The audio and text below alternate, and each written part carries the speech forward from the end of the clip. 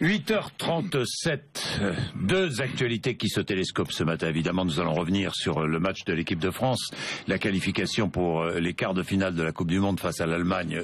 Ce match se jouera vendredi à 18h. Nous ne raterons pas l'événement, évidemment, et Roland Courbis est avec nous, ainsi que Daniel Riolo. Messieurs, je vous retrouve. Bonjour. Bonjour. Rebonjour, Roland. Rebonjour. Vous étiez avec moi sur RMC tout à l'heure. Daniel, bonjour. Donc, vendredi, on va parler du match d'hier, on va parler du match de l'Algérie, on va parler de l'Allemagne, évidemment. Et puis, il y a la deuxième affaire, c'est la mise en examen de Nicolas Sarkozy. C'est la première fois qu'un ancien président de la République est mis en examen. Pourquoi est-il mis en examen? Eh bien, les juges cherchent à savoir. L'affaire commence au printemps 2013. Plusieurs proches de Nicolas Sarkozy ont été placés sur écoute dans l'enquête libyenne. Claude Guéant, Brice Hortefeux, mais aussi Michel Gaudin, ancien patron de la police nationale et ex-préfet de police de Paris. Ce dernier qui a suivi Nicolas Sarkozy après la défaite de 2012 pour devenir son directeur de cabinet tient plusieurs conversations qui interpellent les enquêteurs. Il semble notamment vouloir en vain se renseigner sur l'enquête libyenne auprès du patron du renseignement intérieur. Alors les juges décident de placer l'ex-président de la République sur écoute à l'époque, notamment le téléphone qu'il utilise sous l'identité d'emprunt de Paul Bismuth pour converser avec son avocat Maître Herzog. Or, des échanges entre les deux hommes peuvent laisser croire, je dis bien peuvent laisser croire, qu'ils ont cherché à obtenir des informations auprès de Gilbert Azibert. Gilbert Azibert qui est un haut magistrat puisqu'il est à la Cour de cassation. Bien, voilà résumé en quelque sorte l'affaire, mais nous sommes avec Sarah Lou Cohen qui est devant l'endroit où se trouve actuellement Nicolas Sarkozy. Sarah Lou Cohen, quelles sont les dernières informations que vous avez en votre possession? Dites-moi.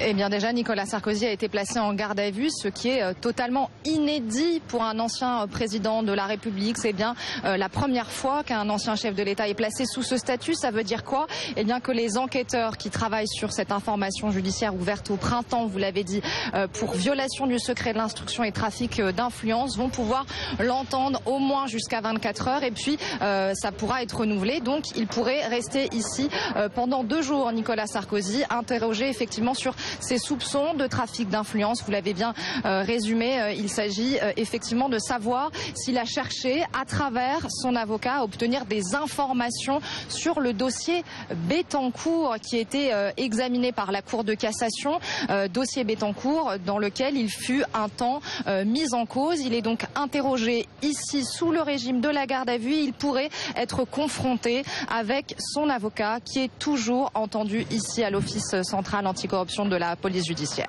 Bien, garde à vue donc, j'ai dit mise en examen évidemment tout à l'heure, erreur, c'est garde à vue pour l'instant pour Nicolas Sarkozy.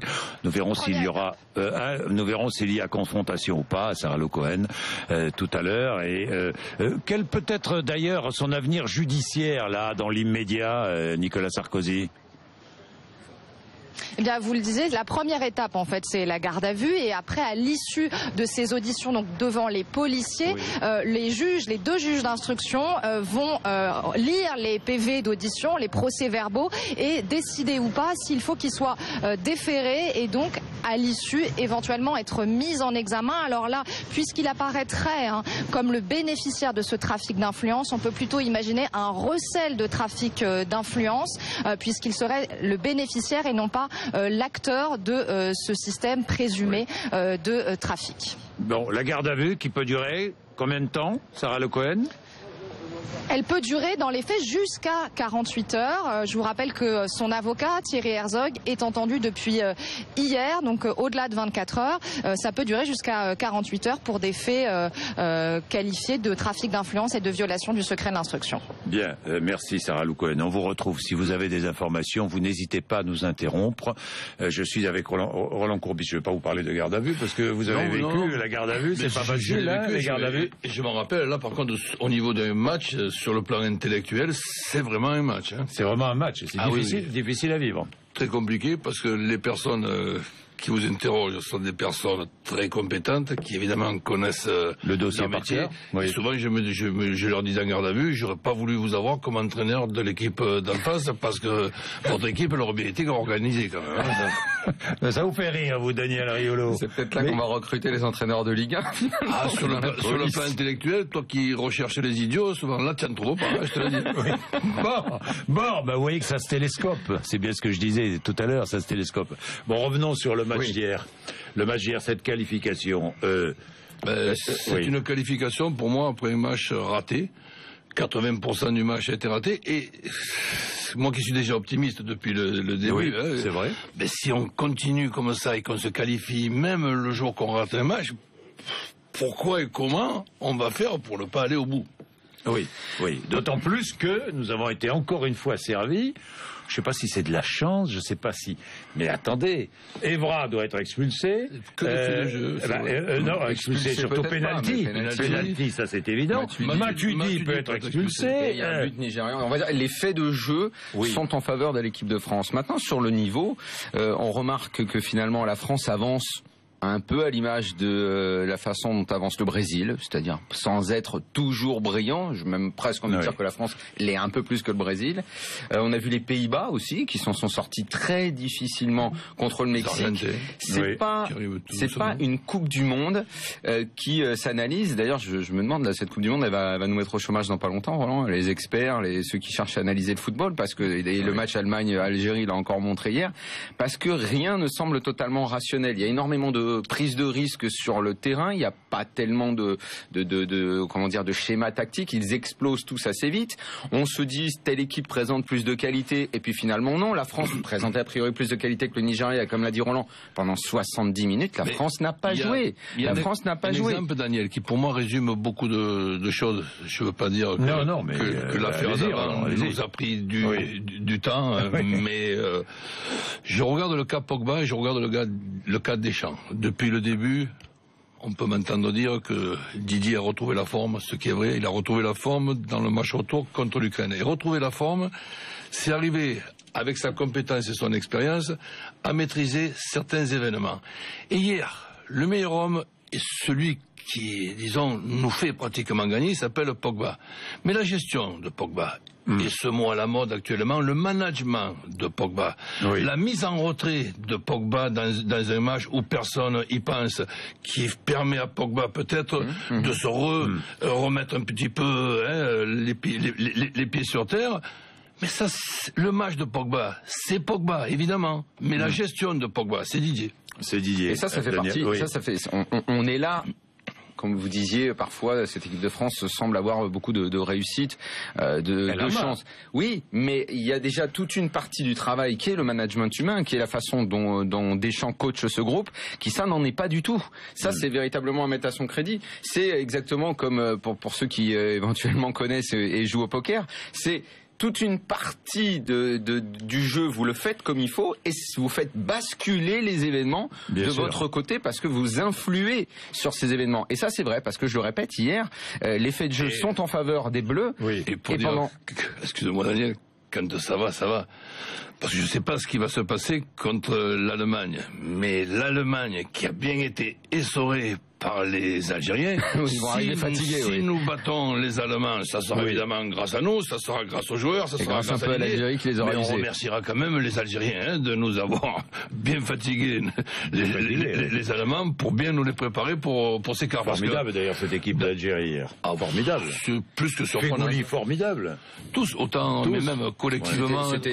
C'était une énorme surprise de voir l'Algérie inquiéter à ce point l'Allemagne, parce que vous prenez quand même ces deux équipes. D'un côté, vous avez des stars internationales, des gens qui évoluent dans l'un des plus grands clubs du monde, qui est le Bayern Munich, et de l'autre côté, vous avez des joueurs qui proposent. Bon, Fegouli, vous l'avez signalé, lui, il joue, c'est vrai, il joue à Valence, dans un grand club européen, mais bon, pas du niveau du Bayern. Pour le reste, il y a quand même des joueurs peu connus, des joueurs qui jouent. Quand vous voyez Mostefa, Medjani qui jouent dans des petits clubs en France, chacun était au sommet de ses possibilités. Des petits clubs, ils ont élevé leur niveau de façon déconcertante. Élever leur niveau aussi, mais dans ce que prépare Vaïd hier, c'est-à-dire chose que personne ne s'attendait, aller chercher et presser les Allemands chez eux pour démontrer que leur première passe dans la première zone de construction, elle peut être... Ça peut donner des indications à Deschamps. Et la France doit faire ça.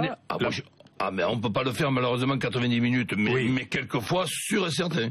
Ça c'est sûr que c'est les deux attaquants français qui n'ont pas beaucoup bougé hier soir. Pardonnez-moi. Benzema et Giroud. Ils ratent leur match tous les deux. Ils ratent leur match tous les deux, qui n'ont pas beaucoup bougé. Devront jouer autrement. Enfin, je ne sais pas si Giroud jouera, parce que Griezmann a fait une rentrée. Plus de mobilité. Oui, mais Griezmann il apporte plus de mobilité aussi. En rentrant, ce qui ne veut pas dire... Oui, parce que Giroud a aussi fait un travail de sape assez important avant. Est-ce qu'en démarrant hier, il fait les mêmes 25 dernières minutes? Je sais pas, parce que chaque fois qu'il joue, celui-là, il est dangereux. Oui. En tout cas, la France obtient beaucoup sur ce match d'hier avec très peu. Un quart d'heure de jeu, 2 buts, c'est assez avec une équipe nigériane fatiguée évidemment dans le qui s'est fatiguée au fil du temps et qui surtout n'a pas su profiter de sa supériorité, de sa domination, parce que finalement il se créait peu d'occasions. Ils avaient le ballon, ils mettaient tout le temps en difficulté les Français dans le jeu, et les Français ont résisté pour finalement... Le but qui marque... qui est d'ailleurs un joli but, on est hors de position, on a été hors de position plusieurs fois, on a été à mauvaise distance de marquage plusieurs fois, mais 99 fois sur 100, il est accordé ce but-là. Oui. Même si après, au 3e ralenti, on m'explique qu'il y a 8 cm demi dans le jeu. Là, je dis bravo. Ça fait partie des faits de jeu favorables. Dites-moi, mais voilà une équipe de France qui a été exceptionnelle face à la Suisse. Mais vous l'avez souligné, Roland, je me souviens, tout a démarré après un fait de jeu, après la blessure d'un des défenseurs suisses les plus importants, à 0-0. Vous avez raison. Contre le Honduras. Contre le Honduras. Mais tous les événements tournent en faveur des Bleus. Mais on a tous ces événements, même l'arbitrage. Je ne vais pas dire que c'est grâce à l'arbitrage qu'on se retrouve en quart de finale. Ça fait partie de l'histoire d'un match, et dans l'histoire du match, les tournants sont souvent en faveur des Bleus. On peut revenir aussi au tirage au sort.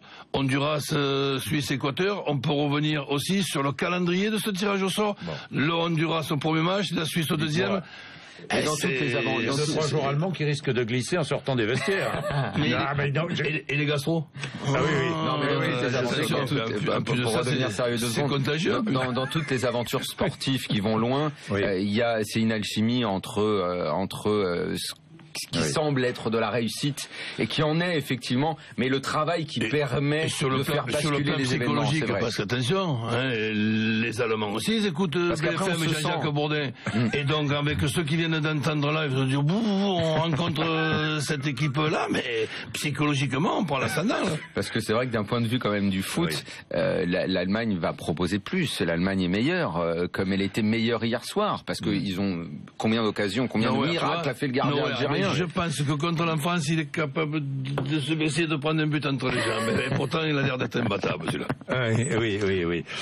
Celui qui m'a un peu déçu hier soir, c'est Matuidi. Est-ce qu'il est fatigué?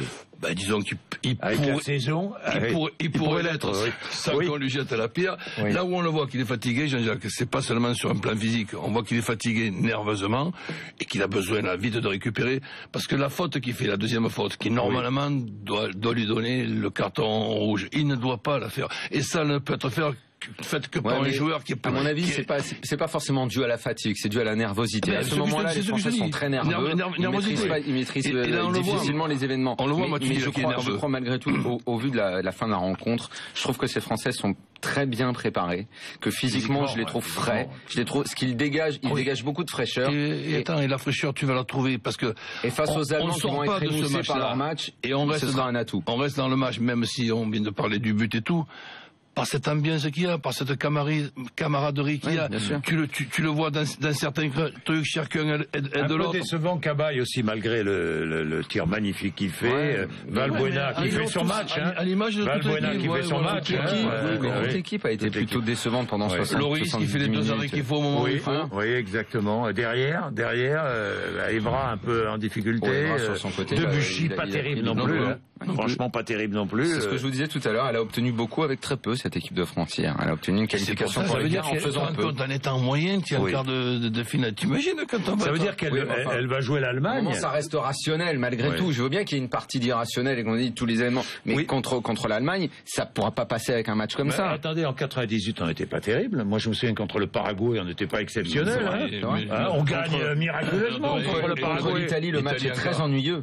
Ça va jusqu'au péno à 0-0, c'est très ennuyeux. Mais même au péno, c'est nous Français qu'on rate le premier. Albertini qui en rate jamais, il rate le sien. C'est vrai. Oui, non, c'est vrai. Alors là, Roland, il est dans une matinée complètement... Quoi? Pourquoi tu vas m'enlever de la tête les 2 buts de Thuram, dont un du gauche, et tu t'imagines si avant un match, je te dis, bon voilà, ce soir, pour gagner le match et pour aller à la finale, il faut qu'il y ait 2 buts de Thuram. Je dis, bon allez, ça va, je rentre. Et non, il y a 2 buts de Thuram, et d'ailleurs, Sako, ça a été le Thuram. On va pas tarder à monter une roulotte de magie noire, ou bientôt il va lire les cartes, et là, il est en plein dedans, là, il y croit de plus en plus. Par moment... Oui, par moment. L'irrationnel prend le dessus. Depuis les 2 buts de Sako au match retour, alors qu'il ne doit peut-être pas jouer ce match-là s'il n'y a pas l'expulsion de Koscielny. Là, je parle pas de magie, etc. Mais c'est vrai qu'il y a des choses, qui sont un petit peu troubles, mais je crois. C'est un peu bizarre. Mais je suis beaucoup plus rationnel que Roland. Je crois que les événements on fait en sorte que ça tourne de son côté. L'Allemagne. Ouais. On n'a pas joué l'Allemagne en match officiel depuis 1986. Exactement. Depuis l'Allemagne, regardons un petit peu le parcours rapidement. Ils battent le Portugal, qui est l'équipe la plus décevante avec l'Espagne de ce championnat. Ils font match nul contre le Ghana et ils battent péniblement les États-Unis. À chaque fois, ils jouent bien. Oui, ils jouent bien. À un moment, le jeu fait la différence. N'oublie pas que le jeu fait penser sur le match d'hier.